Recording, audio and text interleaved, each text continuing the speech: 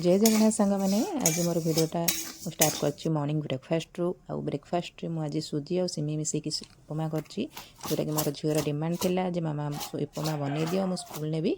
तो सुजी उपमा आप जहाँ भी घर पर नहीं पारे मो पाखे आलू टमाटो गाजर जहाँ थी मुझे भूषण पत्र कंचा लंका बस पूरा इजी प्रोसेस रे करी सुजी सिमेई को भल भाव में भाजीदेवे तेल न पकेले भी चलो आमती रोस्ट करके भाजीदेवे भाजला कड़े तेल देवे तेल दे सारापर जीरा पकेबे जीरा पकई सारापर जोटा परिया काटिक रखी पकईकि भलि टे भाजबे सीझेला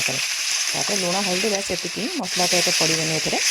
पानी देदे पानी फुटला सुजी सिमेई को पकईदेवे पकई देकिना भल कि पानी सुखिला पर्यंत चुपचुपिया झुरझुरी भाया करेंगे नर्माली आपको आम मटर तरकारी कले आज टेस्ट लगे मुझे तरकारी करनी सुजी सिमेई सेमती भी उपमाटा आमको खाइबा भल लगे बिना तरकारी भी खाई हम।